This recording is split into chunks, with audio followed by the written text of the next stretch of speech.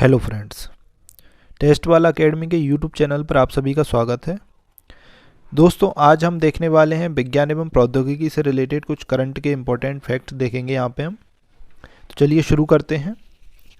सबसे पहले आपको याद रखना है, देखिए अप्रैल 2023 में केंद्रीय मंत्री अमित शाह ने इफ़को के जो पहला नैनो डीएपी है इसको लॉन्च किया था। ये कहाँ पे किया था? नई दिल्ली में किया था। ठीक है, तो अब आप यहाँ पे याद रखिएगा नैनो डीएपी है क्या चीज़ ये। ठीक है, तो देखिए इफ़को के द्वारा इसको विकसित किया गया है।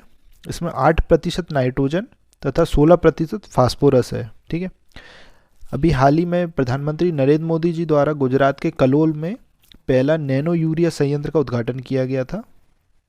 तो ये आपको याद रखना है यहाँ से। ठीक है, इसके बाद अप्रैल 2023 में इसरो ने अपने वाणिज्यिक उड़ान के अंतर्गत PSLV C-55 से टेलोस 2 और लूमेलाइट 4 ये उपग्रहों का सफलतापूर्वक प्रक्षेपण किया था। ये किस देश के उपग्रह थे? तो ये आपके सिंगापुर के उपग्रह थे। तो आपको यहाँ पे याद रखना है, ये दो जो उपग्रह हैं इनके नाम याद रखना है आपको। ये किस उसके तहत किए गए थे? PSLV C-55 के द्वारा किए गए थे। ठीक है, ये इतना इम्पोर्टेंट नहीं है तो आप इसको छोड़ भी सकते हैं। बाघ जनगणना के बारे में आप याद रखिए, क्योंकि बाघ जो टाइगर प्रोजेक्ट था उसको इस बार 50 साल पूरे हो चुके हैं, तो टाइगर प्रोजेक्ट काफ़ी इम्पोर्टेंट रहेगा। 2023 में प्रधानमंत्री नरेंद्र मोदी द्वारा बाघ गणना रिपोर्ट 2022 को जो जारी किया गया था उसके अकॉर्डिंग कितना बाघों की संख्या है? तो ये आपकी है 3167। तो ये याद रखिएगा आप, बाघों की संख्या कितनी है अभी देश में? 3167। ठीक है, अब इसमें जारी किया गया, नरेंद्र मोदी के द्वारा इसको जारी किया गया है। ठीक है, ये इन्होंने कहाँ पे? कर्नाटक में किया था।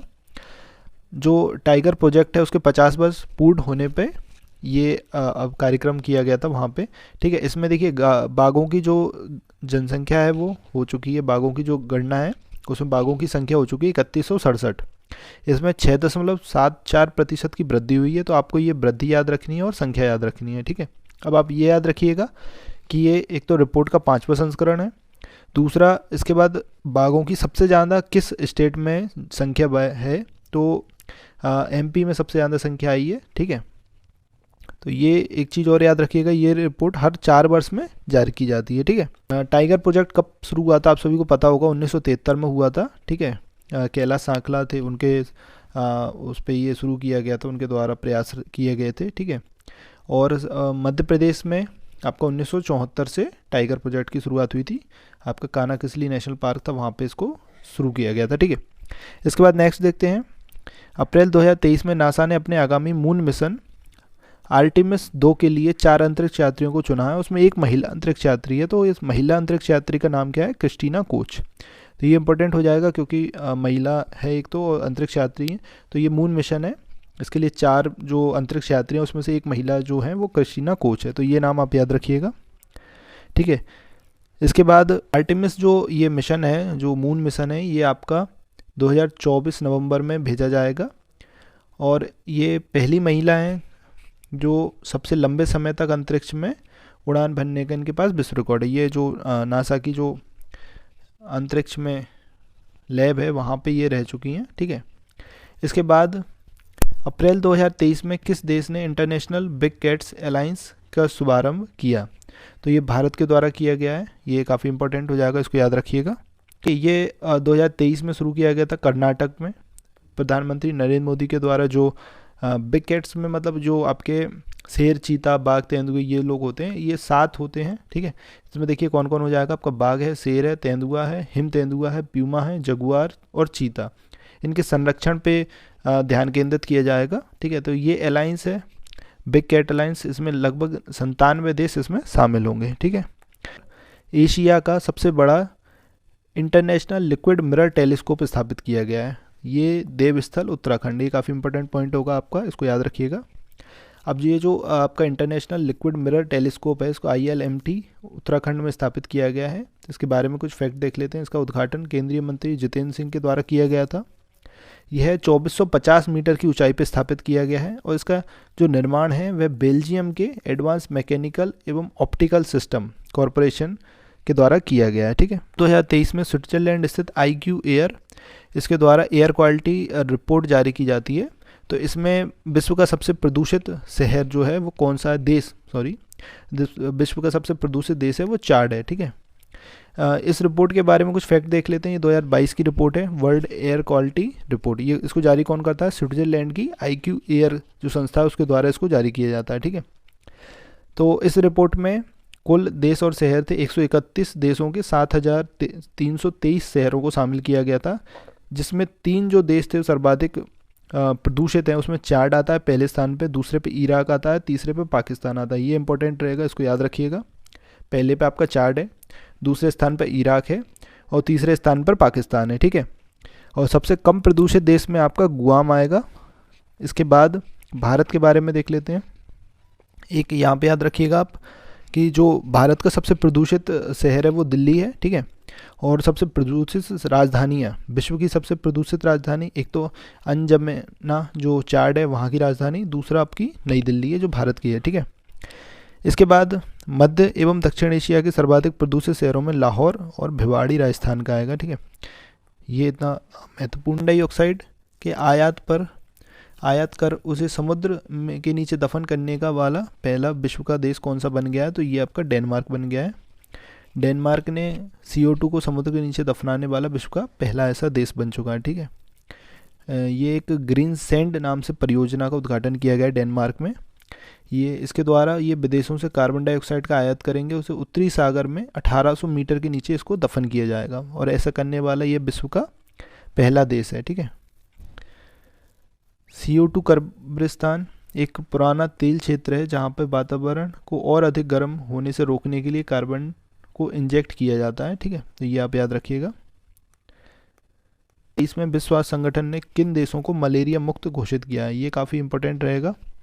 तो इसमें आपका अजरबैजान और तजाकिस्तान है, तो ये याद रखिएगा, अजरबैजान और तजाकिस्तान, इन 2 देशों को मलेरिया मुक्त घोषित किया गया है, ठीक है।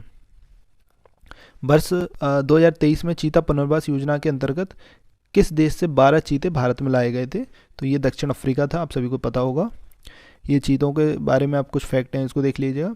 18 फरवरी 2023 को भारत के चीता पुनर्वास योजना के अंतर्गत दक्षिण अफ्रीका से 12 चीते भारत लाए गए थे, जिन्हें मध्य प्रदेश में कूनो जो नेशनल पार्क है वहाँ पे छोड़ा गया था, ठीक है। मोदी जी ने 17 सितंबर को उनके जन्मदिन के अवसर पर नामीबिया से लाए गए 8 चीते छोड़े गए। फिर उसके बाद ये 12 चीते जो अफ्रीका से लाए गए थे इनको छोड़ा गया, ठीक है। इनमें कुछ चीते हैं जिनके नाम आप याद रखिएगा, जैसे एक मादा चीता थी शाशा, उसकी मृत्यु हो चुकी है, ठीक है। इसके बाद आपका एक और मादा चीता थी सिमाया, इसने 4 बच्चों को जन्म दिया था, 4 शावकों को इसने जन्म दिया था, ठीक है। एक नर चीता था जिसका नाम था उदय, इसकी भी मृत्यु हो चुकी है। तो लगभग 6 या 7 चीते थे जिनकी अभी तक मृत्यु वहाँ पे हो चुकी है, ठीक है। में भारत के किस राज्य या केंद्र शासित प्रदेश में पहली बार लिथियम का भंडार खोजा गया है, ये काफ़ी इंपॉर्टेंट पॉइंट रहेगा। जम्मू कश्मीर में लिथियम का भंडार मिला है, ठीक है। तो ये जो खोज कौन करता है, geological survey of India GSI के द्वारा की जाती है। जम्मू कश्मीर का रियासी ज़िला, वहाँ पे ये आपका भंडार प्राप्त हुआ है, ठीक। जो अनुमानित भंडार है वो 5.9 मिलियन टन इसकी मात्रा बताई गई है, ठीक है। यह भारत में खोजा गया पहला लिथियम भंडार होगा। और लिथियम आप सभी को पता होगा, बैटरी जो EV बैटरी रहती है उसका मुख्य घटक लिथियम ही होता है, ठीक है। अभी भारत लिथियम के अन्य देशों पे इसकी निर्भरता इससे कम हो जाएगी, ठीक है। इसके बाद नेक्स्ट है, फरवरी 2023 में अनावृत स्काई UTM, ये क्या है, तो मानव रहित हवाई यातायात प्रबंधन प्रणाली है, ठीक है। इसके बारे में कुछ देख लेते हैं। इसमें क्या क्या रहेगा, देखिए, ये केंद्रीय मंत्री नितिन गडकरी के द्वारा इसका अनावरण किया गया था। स्काई एयर मोबिलिटी एक ड्रोन डिलीवरी कंपनी है जिसके द्वारा इसको विकसित किया गया है। इसका UTM यह अपनी तरह का पहला और एकमात्र क्लाउड आधारित मानव रहित हवाई यातायात प्रबंधन प्रणाली है, जो मानव युक्त विमानन हवाई क्षेत्र के साथ मानव रहित एयर ट्रैफिक को एकीकृत करता है, ठीक है। इसके बाद फरवरी 2023 में इसरो ने अपने सबसे छोटे रॉकेट SSLV-D2 के द्वारा कितने उपग्रहों को प्रक्षेपित किया, तो ये 3 उपग्रह इसके द्वारा प्रक्षेपित किए गए थे, ठीक है। इसके बाद है आपका जनवरी 2023 में कलावरी श्रेणी की किस पनडुब्बी को भारतीय नौसेना में शामिल किया गया, तो ये बागीर पनडुब्बी थी, इसको शामिल किया गया। नौसेना के अध्यक्ष हैं आपके R हरि कुमार, ये नाम याद रखिएगा, ठीक है। ये नौसेना डॉकयार्ड मुंबई पे इसका कार्यक्रम किया गया था।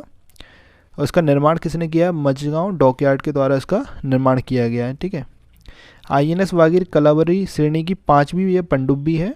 इसमें कुल 6 पनडुब्बियों का निर्माण किया जाना था। प्रोजेक्ट 75 इसका नाम है, ये याद रखिएगा, प्रोजेक्ट 75। तो इसमें कौन कौन सी पनडुब्बियाँ थी आपकी? INS Kalvari, INS Khanderi, INS करंज और INS आपकी वेला। तो ये अभी नौसेना में शामिल हो चुकी हैं। जबकि इस श्रेणी की जो आखिरी पनडुब्बी है INS वागशीर, ये मार्च 2024 तक नौसेना में शामिल होने की संभावना है। तो ये काफ़ी इंपॉर्टेंट पॉइंट रहेगा, इसको याद रखिएगा आप। आपकी प्रोजेक्ट 75 के तहत 6 पनडुब्बियाँ इसमें शामिल की जानी थी नौसेना में। ठीक है। उनके अभी तक आपकी 5 हो चुकी हैं, एक जो 6वीं बची है उसका नाम INS वागशीर है। ठीक है। तो ये नाम आपको याद रखनी है। इसमें पहला नाम था INS Kalvari, INS Khanderi, INS करंज, INS वेला और INS वागीर अभी जो हो चुकी है, और वागशीर ये बची है। ये 2024 मार्च 2024 में इसको शामिल किया जाएगा। ठीक है। यूरोपीय एजेंसी ने किस ग्रह पर समुद्र जीवन की खोज के लिए जूस मिशन सफलतापूर्वक प्रक्षेपित किया है? तो ये शुक्र ग्रह पे जूस मिशन भेजा गया है। ठीक है। ये यूरोपीय अंतरिक्ष एजेंसी के द्वारा भेजा गया है। इसका प्रक्षेपण स्थल आप सभी को पता होगा, फ्रेंच गुयाना का कोरू अंतरिक्ष स्टेशन। ठीक है। बृहस्पति और इसके 3 उपग्रहों कैलिस्टो, यूरोपा और गैनेमीडा पर समुद्री जीवन की संभावना की खोज के लिए ये मिशन भेजा गया। इस मिशन की कुल अवधि होगी 12 वर्ष। ठीक। इसके बाद जनवरी 2023 में भारत ने अपना पहला स्वदेशी मोबाइल ऑपरेटिंग सिस्टम का सफल परीक्षण किया है। इस ऑपरेटिंग सिस्टम का क्या नाम है? तो ये भार OS। ठीक है।